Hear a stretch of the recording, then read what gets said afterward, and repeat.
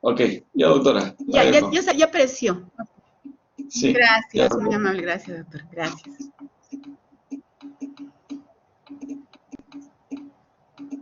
Sí, chicos, pongan todos presentes para que cuente como su asistencia, por favor. Gracias.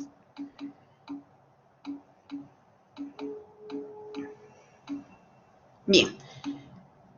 Entonces, continuamos. La miopatías inflamatorias es un grupo de enfermedades cuyo compromiso es a nivel del músculo esquelético. Y como su nombre lo dice, la patología básicamente es la inflamación del tejido muscular. Grupo heterogéneo de enfermedades caracterizado por debilidad muscular, pero la debilidad es proximal. Este detalle semiológico debe ser siempre tomado en cuenta, porque la debilidad proximal corresponde a compromiso muscular, como vamos a ver también en algunos diagnósticos diferenciales. Se produce inflamación y no es supurativo, o sea, no es de carácter infeccioso, y es el músculo esquelético. Hemos venido revisando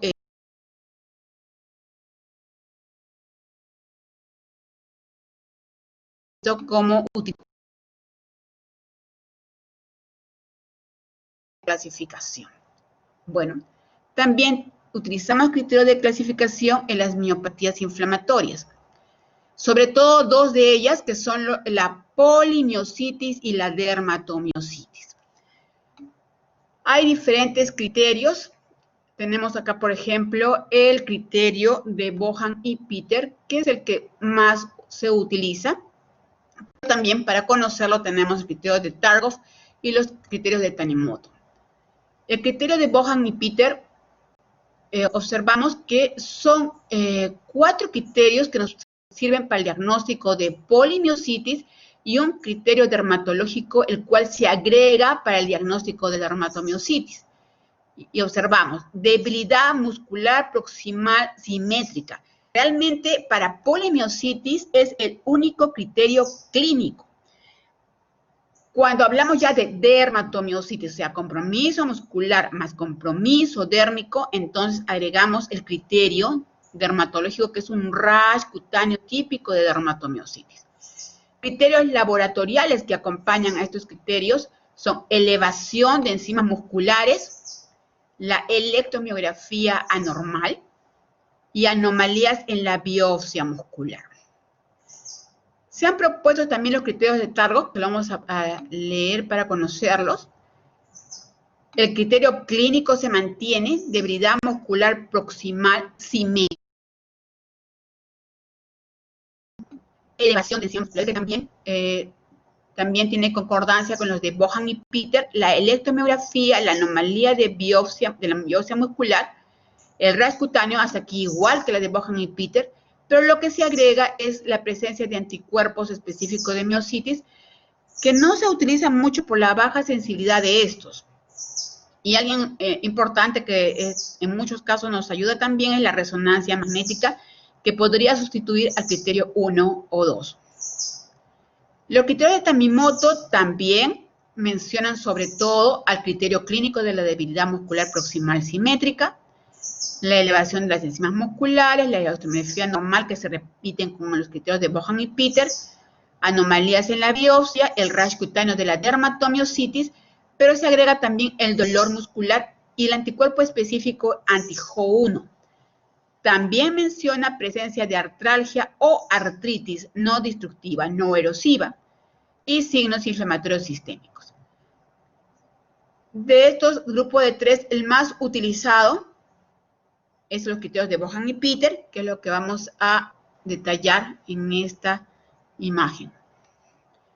Los criterios de Bohan y Peter, entonces, mencionamos aquí el compromiso muscular con la debilidad muscular proximal, progresiva y simétrica. Siempre debemos, cuando hay la característica de debilidad, investigar por estas características porque nos hacen pensar en estas patologías. Recuerden que debilidad muscular es un síntoma que puede ser manifestado en múltiples patologías, pero que tenemos que estar alertas cuando vemos que esto está realmente avanzando y comprometiendo al paciente.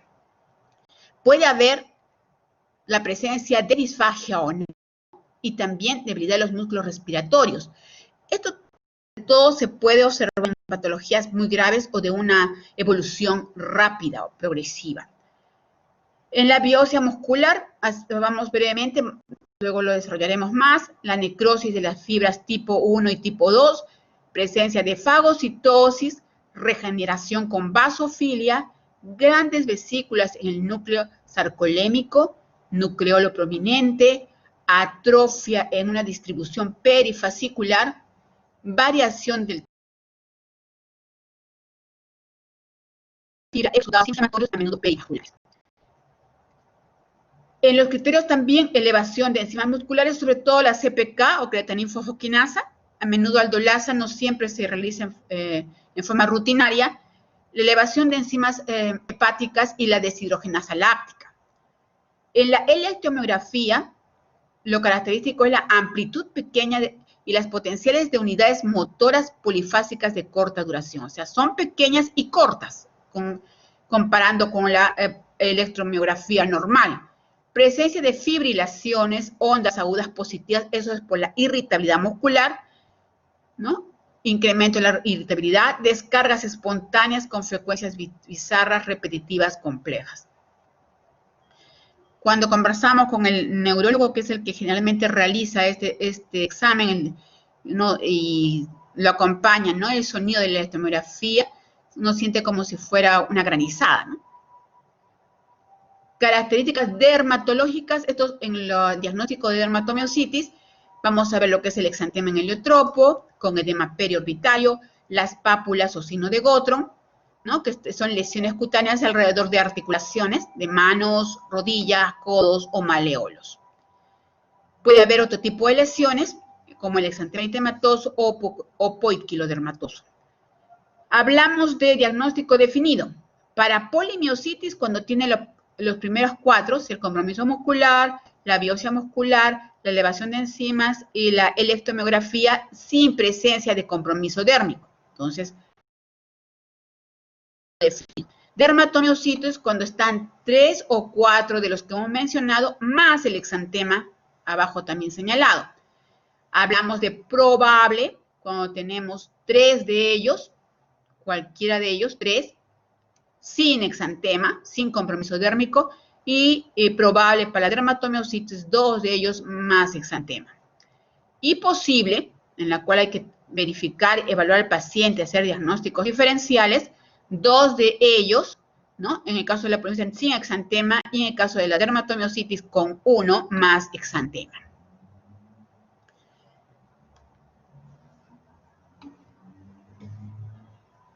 Como es un grupo de enfermedades, hay diferentes clasificaciones, pero me parece que esta es la más útil. Acá tenemos polimiositis, que ya hemos visto los criterios de clasificación, dermatomiositis juvenil porque tiene algunas características clínicas, miopatías asociadas a neoplasias. Vamos a conversar también acerca de estas miopatías, sobre todo las dermatomiositis asociadas a neoplasias. También hay miopatías asociadas con enfermedades del colágeno. Por ejemplo, ¿no? Se ha visto polimiositis o dermatomiositis asociada con lupus eritematoso, polimiositis asociada a artritis reumatoide, a cuadros de vasculitis, miopatías asociadas a esclerodermia. En este caso, el diagnóstico tiene que cumplir criterios para ambas patologías, ¿no? Si está asociada con lupus, tiene que cumplir criterios para lupus y criterios también para polimiositis o dermatomiositis, según el caso que presente el paciente. Y en un grupo aparte, miositis por cuerpos de inclusión, este cuadro sí es diferente en forma importante que los anteriores, tanto en su evolución, porque generalmente no responde al tratamiento, y además de haber compromiso proximal correspondiente al compromiso muscular, también puede haber compromiso distal, porque está asociado a compromiso neurológico neuropático, ¿no? Nosotros vamos a desarrollar más la parte de polimiositis y dermatomiositis, que es las más frecuentes. En cuanto a epidemiología, a pesar, ¿no?, son patologías de una incidencia o prevalencia menor que la mayoría de las enfermedades que estamos revisando en reumatología, me refiero a artritis reumatoide, lupus eritematoso. La incidencia por millón varía en 0.5 a 8.4 por millón. Mencionamos, recuerdan, dermatomiositis juvenil. Bueno, aquí mencionamos el patrón bimodal, ¿no? Cuando es juvenil está entre los 10 y 15 años.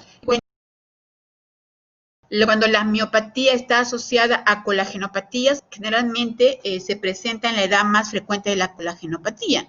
Por ejemplo, en el caso de miopatía asociada a lupus, va a estar en las mujeres en edad fértil, donde más frecuente se presenta el lupus, ¿no? Y en las miopatías que están asociadas a neoplasias, se ha visto que generalmente debemos pensar en ellas cuando el paciente presenta mayor de 50 años. Se han reportado algunos casos antes, pero eso es mucho menos frecuente. La proporción en cuanto a las miopatías inflamatorias también se ha visto más frecuente en el sexo femenino, en una proporción de 2 a 1. En la miopatía por cuerpos de inclusión también varía el aspecto de epidemiología porque se presenta a la inversa, ¿no? Más en varones. Aquí un cuadro para ver en cuanto a las características también entre dermatomiositis, polimiositis y miopatía por cuerpos de inclusión. El sexo en dermatomiositis predominando en las mujeres, igual que la polimiositis, no así en la miopatía por cuerpos de inclusión. La edad de comienzo en dermatomiositis, adultos y niños, vimos el patrón bimodal. En la polimiositis, mayores de 18 años, y en la miopatía por cuerpos de inclusión, mayores de 50. También se ve las asociaciones con conectivopatías, más que todo en la dermatomiositis, algunos casos de polimiositis, y miopatía por cuerpos de inclusión, con 15%. El cáncer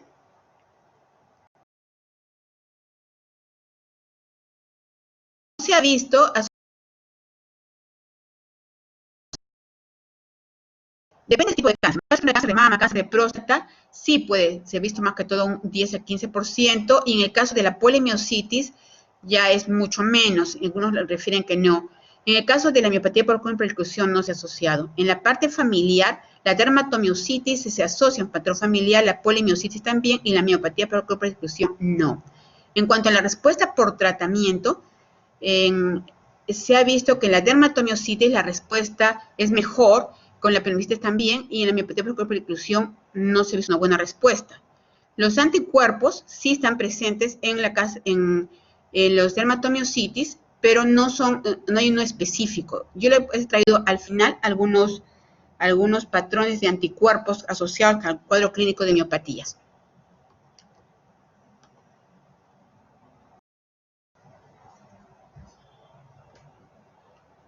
En la patogénesis de las miopatías inflamatorias, se piensa que son enfermedades autoinmunes. ¿Por qué? Porque van a ser desencadenados por factores ambientales en individuos predispuestos genéticamente, ¿no? Este patrón está marcado en casi todas las patologías autoinmunes. La etiología es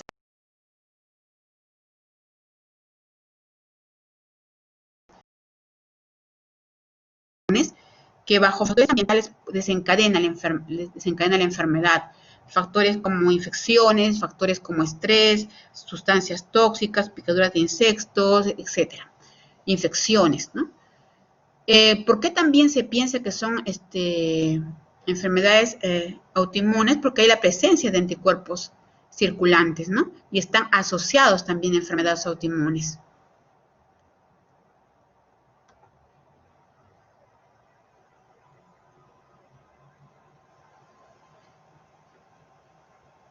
La etiología desconocida, sin embargo, se ha visto asociación con algunos virus, como por ejemplo los picornavirus, y se han hecho en forma experimental modelos animales, por ejemplo, con el coxsackievirus 103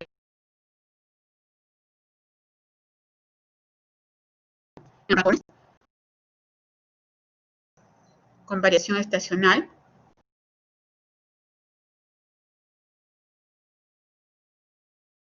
Con variación en 4 estaciones. Por ejemplo, en la primera mitad del año con el síndrome antisintetasa, en la segunda mitad del año con la anti-SRP. Factores genéticos que se han encontrado asociados, la presencia del HLA-DR3. Los pacientes que presentan anticuerpos anti-JO1 se les ha encontrado la presencia del HLA-DR52, por ejemplo, ¿no?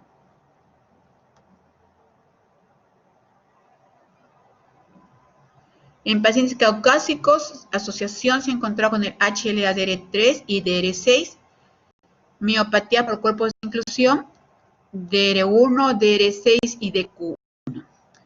En cuanto a la fisiopatología, se han encontrado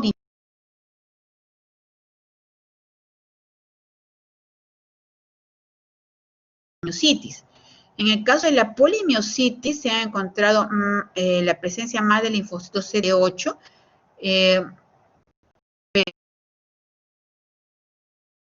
problemas a nivel de la inmunidad celular, mientras que en la dermatomiositis, cuando hay compromiso dérmico, además se ha encontrado, aparte del linfocito CD4, el compromiso también con linfocitos B.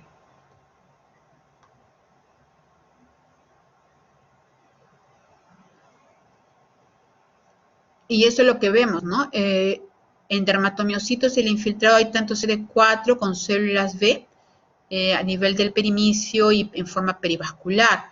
En la polimiositis más linfocitos TCD8 en la parte endomicio y en la miopatía por cuerpos de inclusión en menor cantidad también TCD8.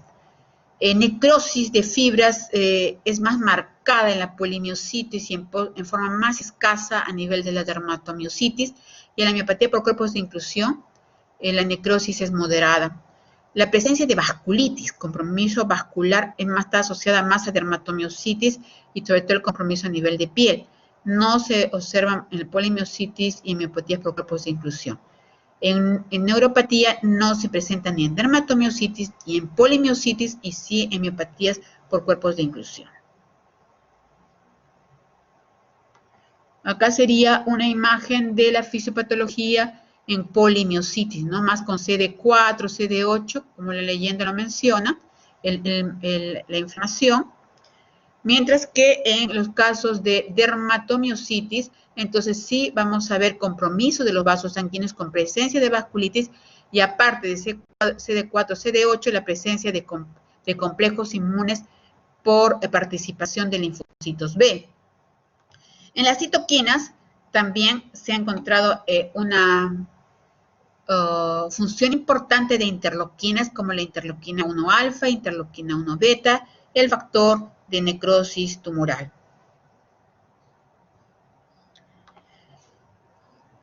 Cuando estamos frente a un paciente con debilidad muscular objetiva, ¿no? Entonces tenemos que plantear una serie de diagnósticos. Nunca vamos a pensar ante un paciente con debilidad muscular como primera opción las miopatías inflamatorias. Puede venir un paciente al consultorio y mencionar que se siente débil. Entonces yo primero empiezo a investigar sobre las características clínicas de la debilidad. Si el paciente, empiezo a interrogar al paciente sobre a qué llama él debilidad, qué es lo que puede o podía y no puede hacer ahora, ¿no? Cuando un paciente habla de una debilidad muscular proximal, la debilidad, la fuerza muscular distal va a estar conservada. Entonces, el paciente va a mantener la fuerza a nivel de la mano, por ejemplo, ¿no? Pero, sin embargo, el paciente va a referir dificultad para levantar los brazos, va a referir dificultad para subir escaleras, ¿no? Entonces, el paciente, no puedo subir a la combi, doctora, no sé qué me pasa, no puedo levantar la pierna, no me obedece, por ejemplo, saben decir. O cuando en casos ya más avanzados, dificultad para pasar alimentos o cambios en la voz. Si el paciente menciona estas características, si me menciona debilidad, yo debo investigar para localizar dónde se encuentra la debilidad, ¿no? Si es una debilidad distal, es una debilidad proximal. Luego que yo investigo sobre las características clínicas de esta debilidad, debo hacer un buen examen neurológico para ver si hay debilidad o no. Cuando yo hago el examen físico adecuado y realmente tenemos que no objetivo la debilidad al examen físico, entonces yo debo pensar en otras patologías que pueden ocasionar sensación de debilidad al paciente, enfermedades cardiopulmonares, de repente tiene una anemia aguda y el paciente está manifestando esta debilidad, infecciones crónicas, cáncer, depresión, ¿no? Entonces artritis, fibromialgia, entre otras. En cambio, si yo encuentro al paciente que sí le encuentro debilidad, debo investigar. ¿Es una debilidad generalizada o es una debilidad localizada? Si es una debilidad generalizada, pues entonces de repente este paciente está en caquexia o un cuadro de miastenia gravis o parálisis periódica, ¿no? Como diagnósticos diferenciales. En cambio, si está localizada, debo verificar. ¿Es una debilidad simétrica o es asimétrica? Si es asimétrica, entonces yo debo buscar dónde está localizada esa debilidad asimétrica, porque hay una serie de patologías como compromisos cerebrovasculares a nivel de la médula espinal, neuropatías compresivas, enfermedades desmielinizantes, la mononeuritis múltiple o mononeuropatías, las polineuropatías, la atrofia difusa, la miastenia gravis. Pero si la debilidad es simétrica, entonces yo digo, esta debilidad simétrica es proximal, es distal o no tiene un patrón. El paciente no puede decir, tengo dificultad para pasar, tengo debilidad en un brazo en el brazo derecho o tengo debilidad en la pierna izquierda y es no un patrón específico, ¿no? En ese caso hay que descartar distrofia muscular, neuropatías hereditarias, miastenias gravis.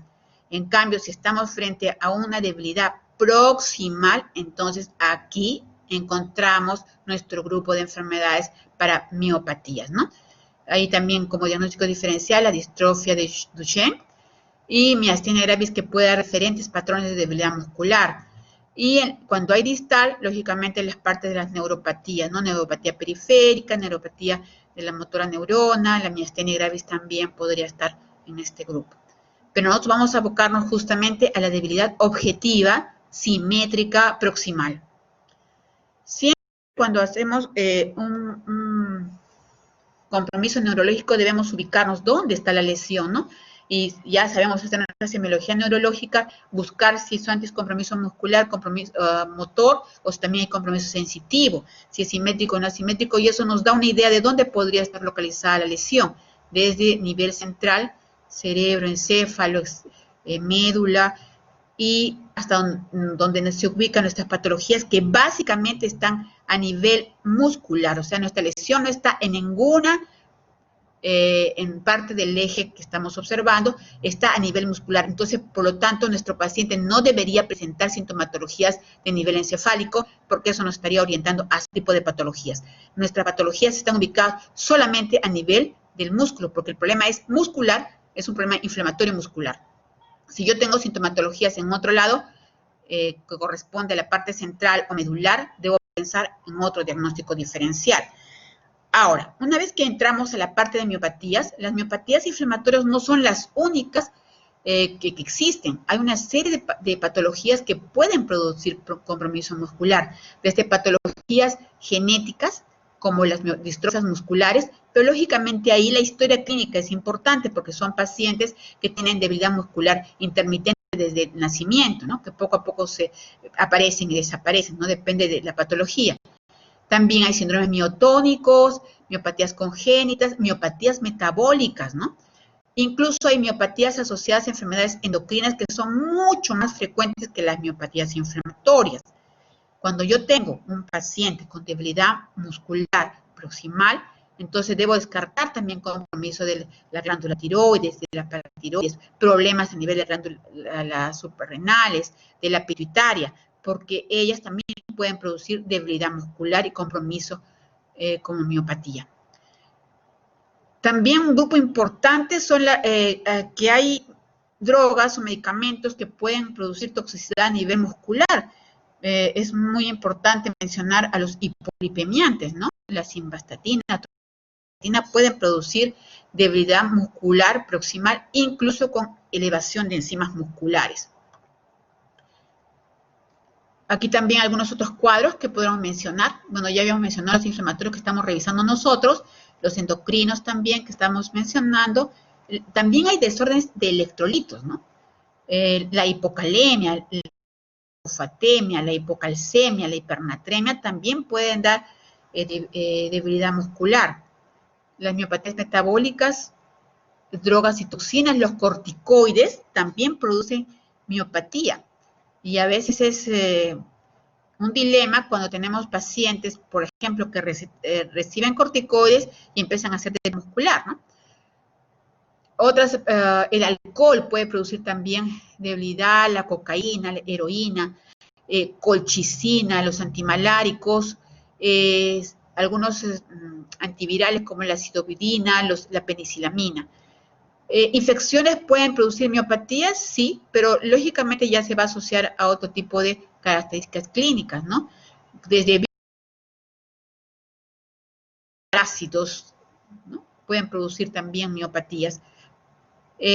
Rhabdomiolisis también es otra causa de miopatías, pero lógicamente ahí la historia clínica que tenemos que completar nos va a dar indicios sobre estas patologías, ¿no? Por ejemplo, un trauma importante, el abuso de alcohol, ejercicios extremos, ¿no? Se ha visto, por ejemplo, que los pacientes que son deportistas, que están preparándose para competencias, a veces hacen un esfuerzo que no es tolerado por su sistema muscular y pueden hacer debilidad con dolor y aumento de enzimas musculares, ¿no?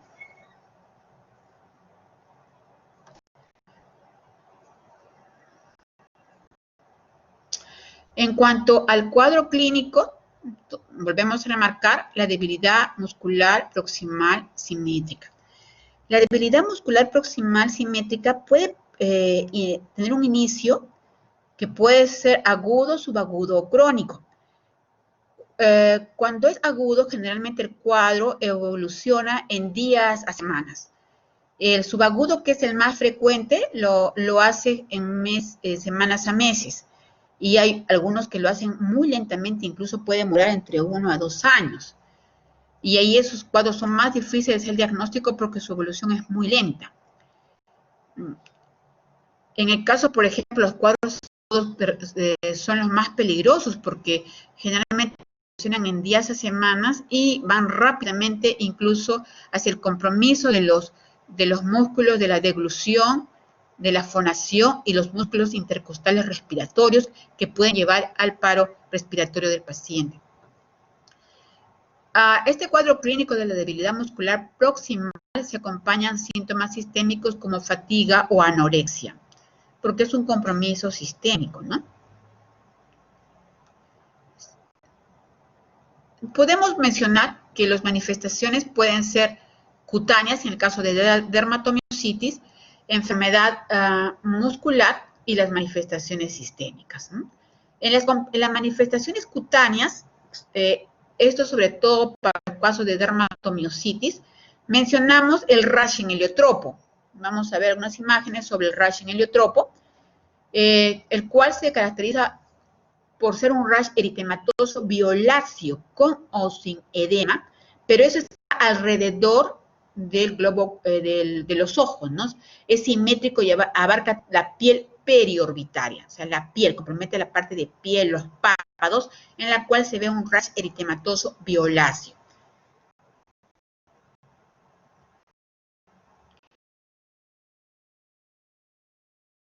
Luego tenemos las pápulas de Gottron. Las pápulas de Gottron son pápulas y placas violáceas ligeramente elevadas, las cuales están sobre prominencias óseas, sobre todo en las articulaciones metacarpofalángicas, interfalángicas proximales e interfalángicas, o sea, a nivel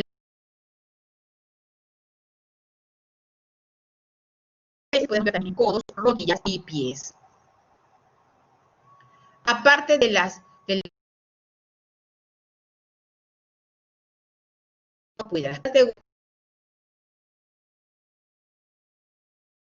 otras alteraciones como el eritema malar,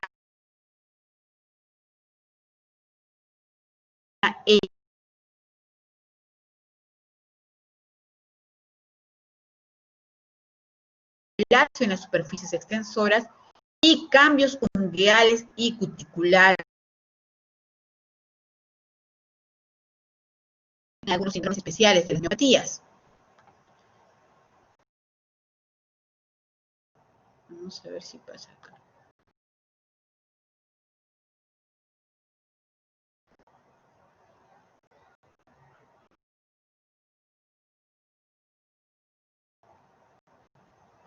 Un ratito porque se ha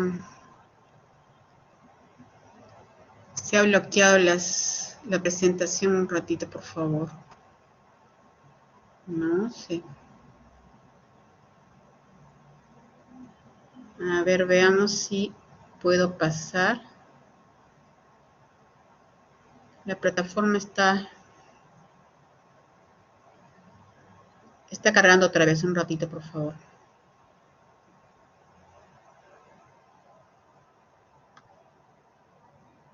¿Ya? Los cambios ungueales incluyen telangiectasias periungueales, hipertrofia cuticular e infartos hemorrágicos. Recordemos las telangiectasias, la hipertrofia cuticular y los infartos hemorrágicos. El inicio mayormente es insidioso, como mencionamos, entre 3 a 5 meses. Los músculos proximales más afectados son caderas, hombros. Los más afectados, entonces, el paciente, como les había mencionado, no puede levantar los brazos, no puede peinarse, no puede comer solo, no puede subir escaleras, no puede incorporarse solo de la cama. Cuando va al baño no puede incorporarse tampoco del water, ¿no? Pero cuando ustedes evalúan la fuerza distal, generalmente está conservada. En los músculos del cuello, a nivel de los músculos flexores, si colocan al paciente en decúbito dorsal y le piden que levante la cabeza, no puede hacerlo, o lo hace con mucha dificultad. No puede levantar la cabeza de la cama, pero para eso ustedes tienen que evaluar al paciente en esa posición, porque si no, no se van a dar cuenta, al menos que ya sea muy severo en la cual la cabeza cae hacia adelante. Disfunción esofágica o obstrucción cricofaringea, en lo que causa disfagia. Generalmente son casos en los casos más agudos y ya de evolución rápida. Debilidad muscular faríngea, entonces el paciente va a presentar disfonía. Acá con mi voz es lo que menciona el paciente, ¿no? También podemos encontrar mialgias y artralgias. La artritis franca es rara, ¿no? Hay un síndrome sintetasa en la cual se ve la artritis franca, pero en la mayor parte de los casos de miopatías no tienen artritis franca. Y cuando se presenta habría que descartar otras patologías reumatológicas. El fenómeno de Raynaud, algunas veces, ustedes están observando que el fenómeno de Raynaud es muy inespecífico, lo encontramos en la mayoría de las patologías reumatológicas, pero es un síntoma que cuando se presenta nos obliga a pensar en patologías reumatológicas. En el pulmón podemos encontrar fibrosis pulmonar y neumonitis intersticial, y generalmente cuando hay compromiso pulmonar nos debe llamar a descartar cuadros severos y de mal pronóstico, ¿no? Como complicación, sobre todo cuando hay compromiso de músculos deglutorios, compromiso de músculos intercostales, la neumonía por aspiración puede presentarse como complicación de estas enfermedades. Entonces, aquí revisamos, ¿no? El eritema en heliotropo con edema. En esta fotografía no se ve bien la coloración. Edema a nivel, esta es la cómo lo presentan con la patología. Muchos pacientes van a emergencia y piensan que están haciendo una reacción. Les ponen corticoides y tienen mejoría. Pocos días después el paciente vuelve a recaer. El tratamiento para esa patología también son corticoides. Entonces, es frecuente que sea confundido con reacciones de hipersensibilidad o a un medicamento, ¿no? Les había mencionado, por ejemplo, el compromiso ungueal, ¿no? Telangiectasias, hipertrofia cuticular, presencia de infartos también en lo que llamamos manos de mecánico, que se puede presentar en la dermatomiositis también. Las pápulas de Gottron, ¿no? Las pápulas de Gottron, que son lesiones elevadas a nivel de metacarpofalángicas, puede ser interfalángicas proximales y en las interfalángicas distales.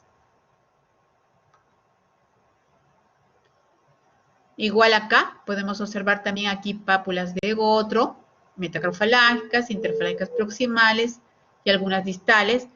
La hipertrofia cuticular que vemos ahí en coloración amarillenta, los infartos que se ven como rayitas perpendiculares. Acá también algunos pequeños infartos, ¿no? Siempre hay que tener cuidado con los infartos, sobre todo cuando son más de 2. En esta fotografía podemos ver mejor la coloración violácea, ¿no? El eritema en heliotropo.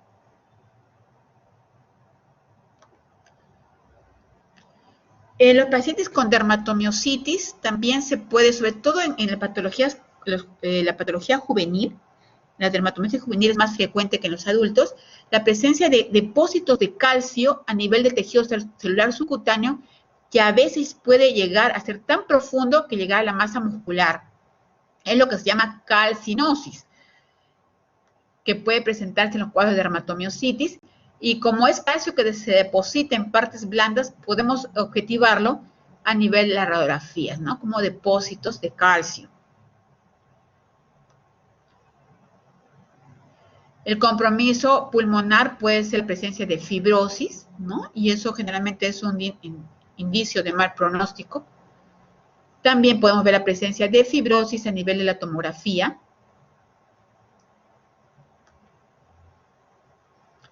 A nivel de corazón, algunos pacientes pueden presentar anormalidades electrocardiográficas, la mayor parte son asintomáticas. Pocos pacientes desarrollan arritmias supraventriculares, cardiomiopatía e incluso pueden llegar a la insuficiencia cardíaca congestiva.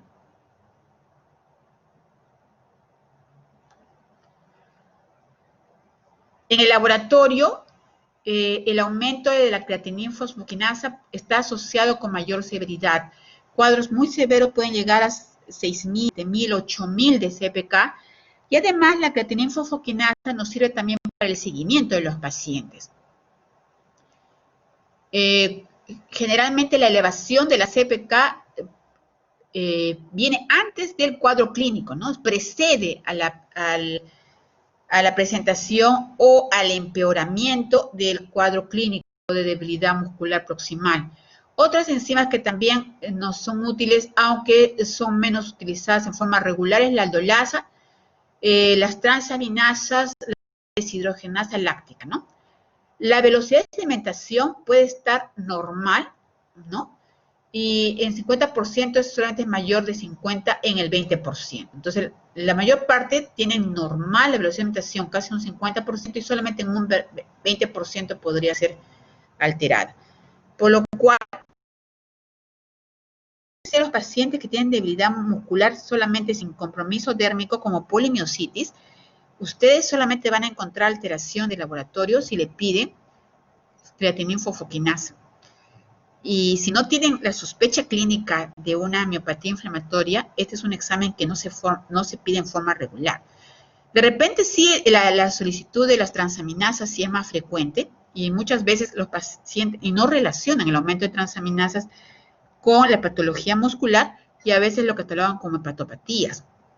Por eso hay que tener mucho cuidado en detectar la debilidad muscular en la parte clínica, y así poder hacer el plan de trabajo y pedir los exámenes correctos.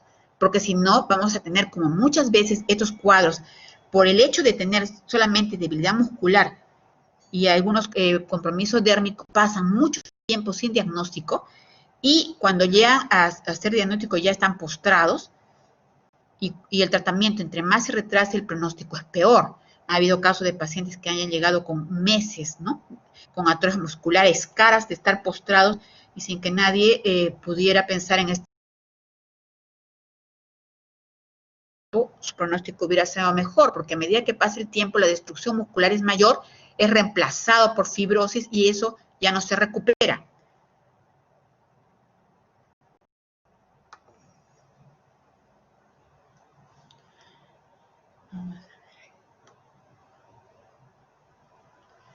En cuanto a los autoanticuerpos, no se utilizan en forma frecuente, porque si ustedes observan, el porcentaje en que se presentan es bajo, ¿no? El antisintetasa en un 16 a un 20. Y la campaña llamada síndrome de sintetasa. El anti-SRP, que es la partícula de reconocimiento de señales, es no solamente un 4%. está asociada a polimiositaria con daño cardíaco. El anti-Mi2, el que está asociado con la helicasa nuclear, 240 kilodaltons, en un 4 a 14%, está asociado clínicamente a una dermatomiositis con una buena respuesta a corticoides, también con cuadros de polimiositis o miopatía por cuerpos de inclusión. En cuanto a la enzima de segregación postmeiótica 1, solamente un 7% y no tiene asociación clínica. Entonces, realmente los anticuerpos, no se ha detectado algún anticuerpo que tenga una mayor sensibilidad o especificidad, son bajos, por eso no se utilizan en forma rutinaria tampoco, ¿no? Ahora, el anti-Ho1 de repente es uno de los que más se solicitan. La electromiografía, que es el otro criterio diagnóstico que hemos estado revisando, se caracteriza por tener potenciales de unidad motora de baja amplitud y de corta duración.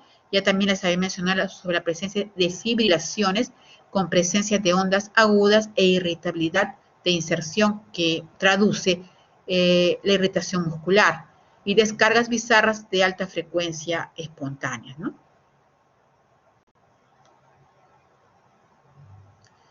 Lo que hace la electromiografía, ¿no? Es detecta la conducción neurológica periférica y la parte muscular. Básicamente a nosotros nos interesa la parte muscular, pero es lo que evalúa la electromiografía, ¿no? Y lo que observamos, acá tenemos el trazado normal, lo que se puede ver en neuropatías, ¿no? Y lo que se ve en miopatías, que son pequeña amplitud, corta duración, con respecto a una electromiografía normal. Esto generalmente lo informa el neurólogo, ¿no? Que es el especialista para realizar este tipo de examen. Ahora, hemos mencionado la triada que se presenta en la electromiografía, pero no siempre se encuentra la triada completa. Solamente un 40% de los pacientes presentan las alteraciones. Es más, podemos tener pacientes que presentan una electromiografía normal, y eso se ve en ese 15% de pacientes. Según la bibliografía, el mejor rendimiento es a nivel de músculos paravertebrales, sin embargo, no se realiza en forma rutinaria y lo hacen a nivel de miembros superiores y miembros inferiores.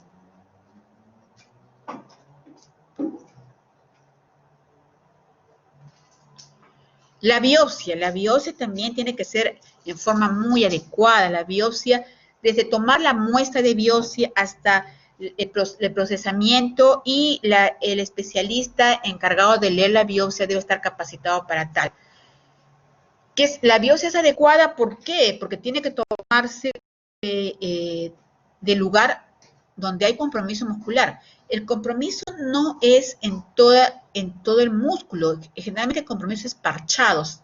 Y cuando hacemos una biopsia podemos estar tomando una zona sana y a veces tenemos la suerte de tomar la zona enferma. Muchas veces estamos utilizando la resonancia magnética para poder determinar las zonas más comprometidas y tomar una mejor biopsia.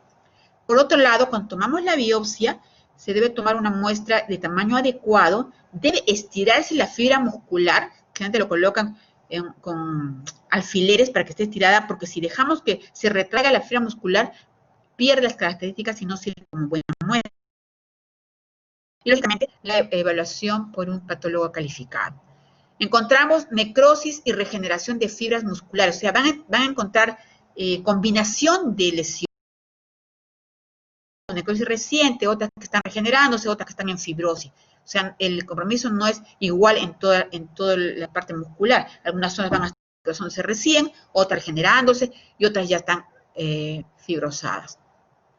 Encontramos también infiltrado inflamatorio perivascular y endomicial. Cuando ya está más avanzado va a haber mayor atrofia y la recuperación va a ser menor. Fibrosis peor, ¿no? En larga duración. Entonces, debemos tratar de evitar la destrucción de las fibras musculares, porque si no, la recuperación del paciente va a ser mala, ¿no? Cuando cogemos una buena muestra y el cuadro es agudo, la biopsia es tan característica que podrían hacer el diagnóstico con la biopsia, ¿no? Sobre todo cuando hay compromiso de piel, como dermatomiositis, ¿no? Sin embargo, la biopsia muscular puede ser negativa, ya que la afectación, como le mencioné, es parchada. Y otra cosa también, el uso previo de corticoides puede alterar y minimizar los hallazgos patológicos. Lo ideal es hacerlo rápidamente para poder empezar el tratamiento, ¿no? Entonces, encontramos, por ejemplo, zonas de gran, ¿no?, fibrosis, ya que está reemplazando el tejido muscular, el infiltrado inflamatorio, zonas de necrosis muscular.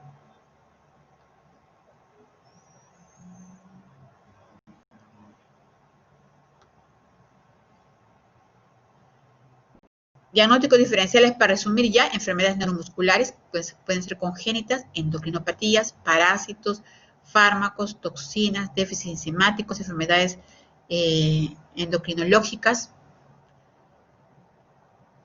La dermatomiositis, recordemos, entonces, como resumir: compromiso cutáneo, eritema en heliotropo, pápulas de Gottro. También se menciona la presencia de eritema macular en la parte posterior y en los hombros del cuello, en lo que se llama el signo del chal. Y también puede haber eritema macular en la parte anterior del cuello y superior del tórax, en lo que se llama el signo en B. Acá una imagen más de lo que es el rash en heliotropo.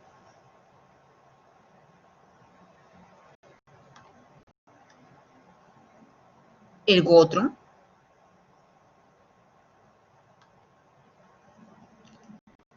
Más imágenes sobre Gottro.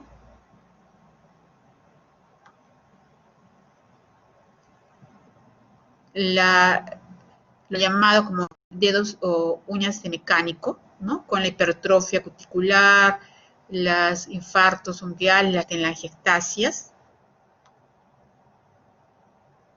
Igual también tenemos acá hipertrofia, algunos de infarto y la hipertrofia cuticular, ¿no?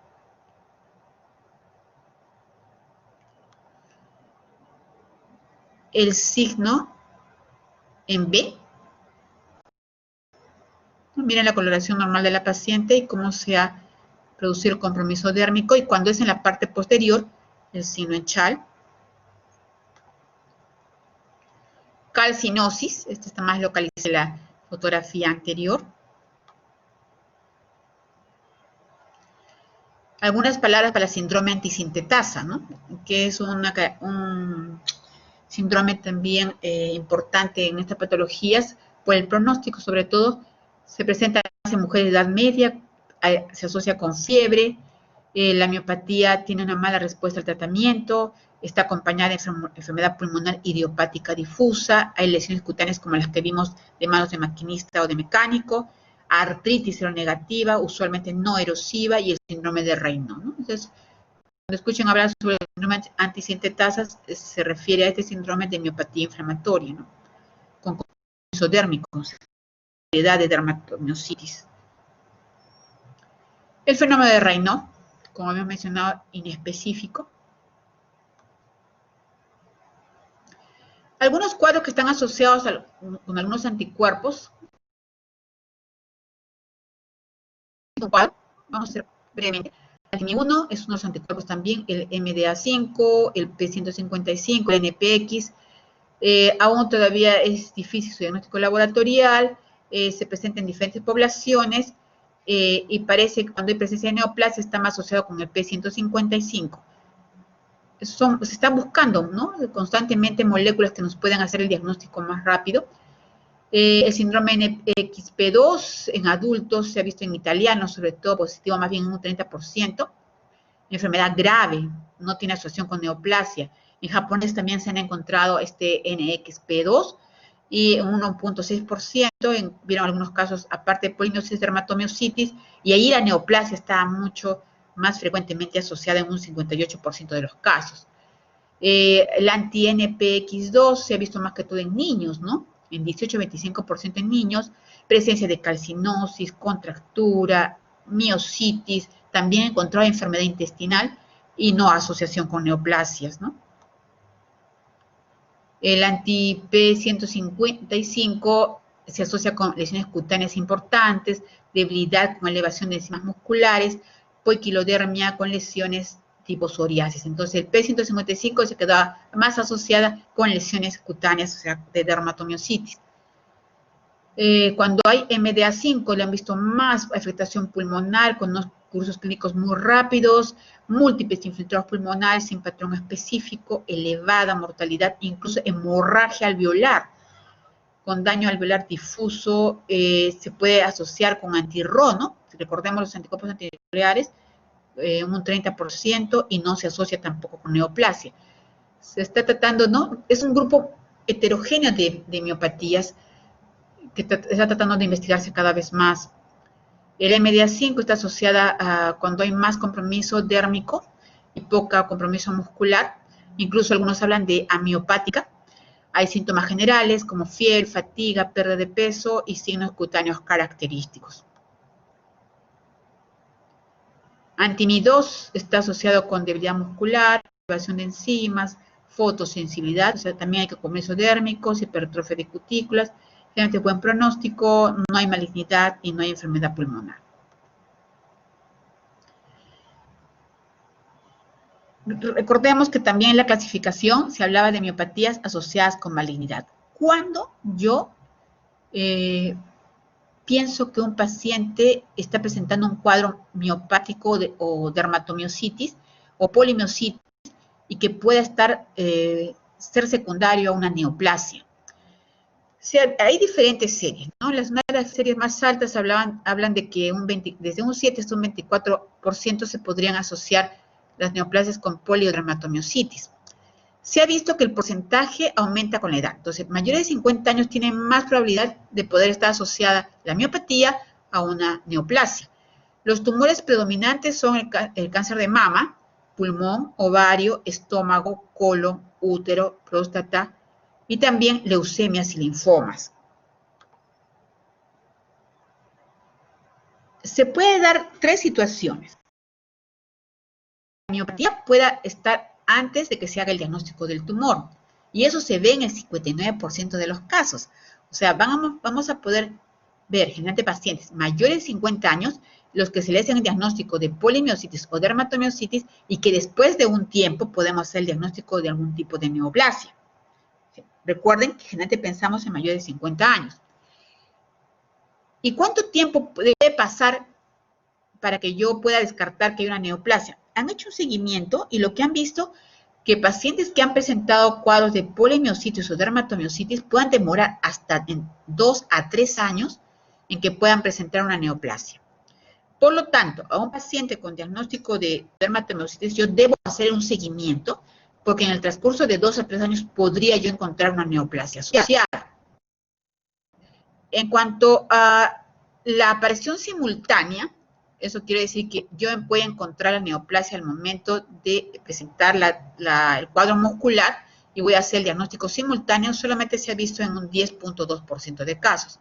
Y también está el factor en el cual el tumor puede preceder a la aparición de la miopatía, que es un 30.5%. Tenemos pacientes con neoplasias, como cáncer de mama, cáncer de estómago, por debilidad muscular, que lo han presentado después, incluso cuando el paciente está en tratamiento. Entre los grupos musculares, la dermatomiositis es la que está más asociada con malignidad. La etiopatogenia es desconocida y parece ser que hay una relación entre la evolución del cáncer y la miopatía, ¿no?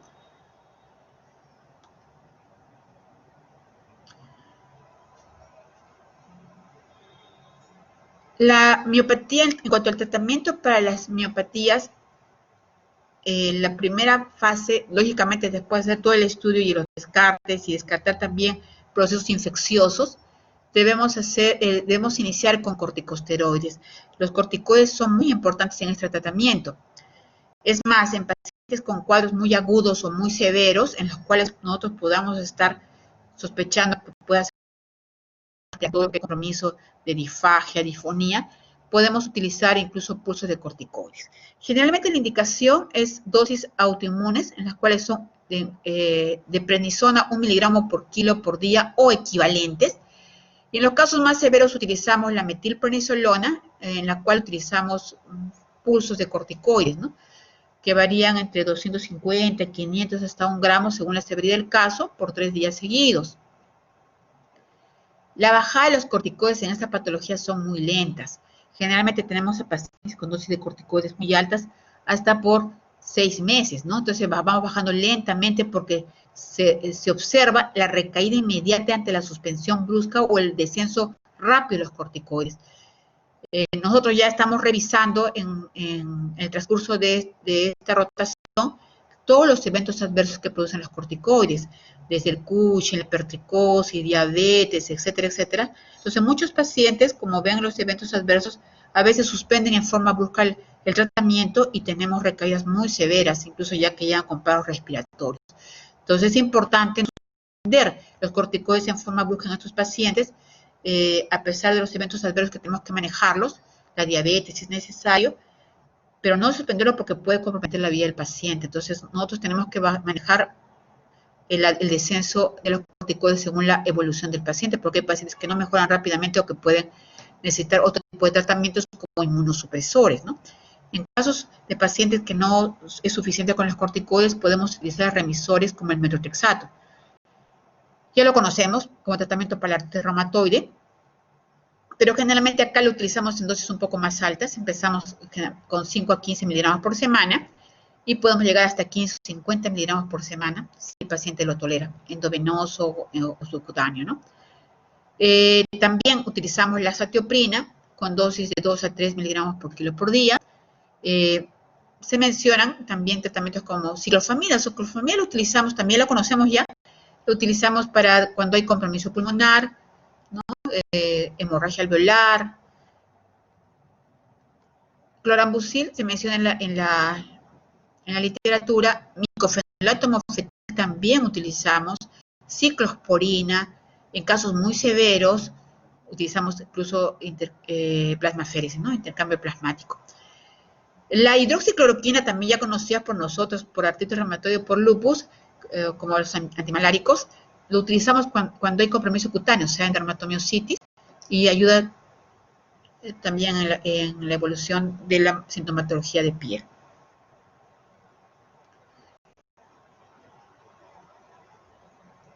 La prednisona no hay ensayos clínicos controlados, pero ya eso está establecido. Los pulsos también. Hemos mencionado los inmunosupresores. También aquí quería mencionarlos a la inmunoglobulina endovenosa, ¿no? También es otra opción en casos refractarios. Hay ensayos clínicos también en dermatomiositis, no en polimiositis. También la terapia biológica es importante. Los anti-TNF, el infliximab, el etanercept, el anti-C5mab y ahora también el rituximab están siendo utilizados en la terapia biológica de las miopatías inflamatorias. Los antimaláricos que hemos mencionado y el tacrolimus. Bien. Con esta revisión queremos que siempre tengan en cuenta estas patologías que, si bien es cierto no son muy frecuentes, de difícil diagnóstico si no pensamos en ellas, pero sin embargo pueden ser muy severas si no hacemos un diagnóstico temprano y un tratamiento, ¿no?, en la morbilidad y la mortalidad de estos pacientes. Cuando un paciente les habla de debilidad, piensen en estas patologías, ¿ya? Lógicamente con todos los diagnósticos diferenciales que hemos mencionado, pero siempre hagamos un examen físico completo porque va a ser la única manera de poder determinar realmente, objetivamente, esta debilidad. Y poder hacer un diagnóstico precoz, pedir nuestros exámenes adecuados, un tratamiento adecuado. Si es el caso, de repente podemos también hacer un diagnóstico de una neoplasia o de una enfermedad difusa del tejido conectivo asociada. Pero tenemos que tener en la cabeza siempre estas patologías para pensar en ellas y para poder diagnosticarlas. Si tuvieran preguntas, chicos.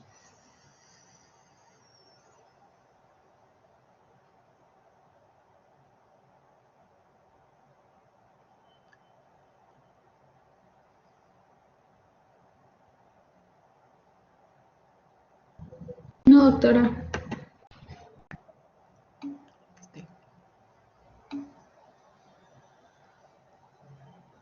Nadie tiene.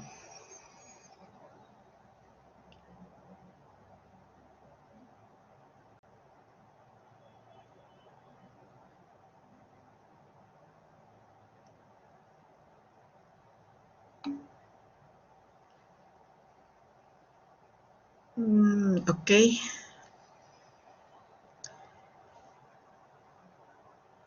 Bien, chicos. Si no hay ninguna pregunta.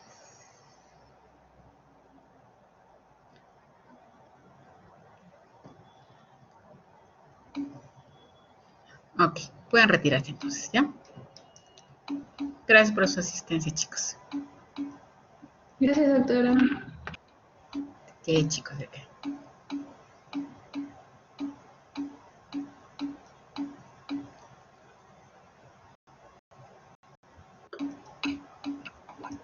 Gracias, doctora. Doctora, no se olvide apagar la grabación, por favor. Sí, le voy a pagar. Sí, ya estoy apagando. Sí.